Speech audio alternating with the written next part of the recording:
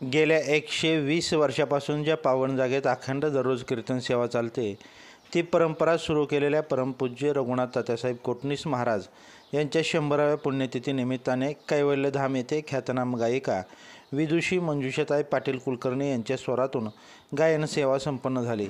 सुरुवातीला मंजुषाताई पाटील कुलकर्णी यांनी बडा ख्याल राग भूपमध्ये सादर करत त्याला जोडून बंदिश सादर करत संतरचना त्यामध्ये पाहावा नयनी विठ्ठल, ओवी आणि अभंगाने कैवारी हनुमान, आबीर गुलाल उधळीत रंग, जोहर मायबाप जोहार, अच्युत अनंता या भैरवीने कार्यक्रमाची सांगता करत कलारसिक श्रोत्यांना मंत्रमुग्ध केले।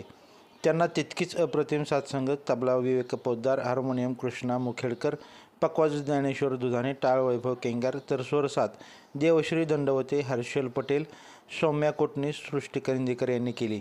यावेळी परमपूज्य गुरुनाथ कोटणीस महाराज, जनार्दन येरगट्टीकर महाराज, संजय कोटणीस, धनंजय कोटणीस यांचे आशीर्वाद लाभले। या सुंदर कार्यक्रमाचा शिष्य परिवार आणि सांगलीकर रसिकांनी मोठ्या संख्येने उपस्थित राहून स्वरांचा आनंद लुटला।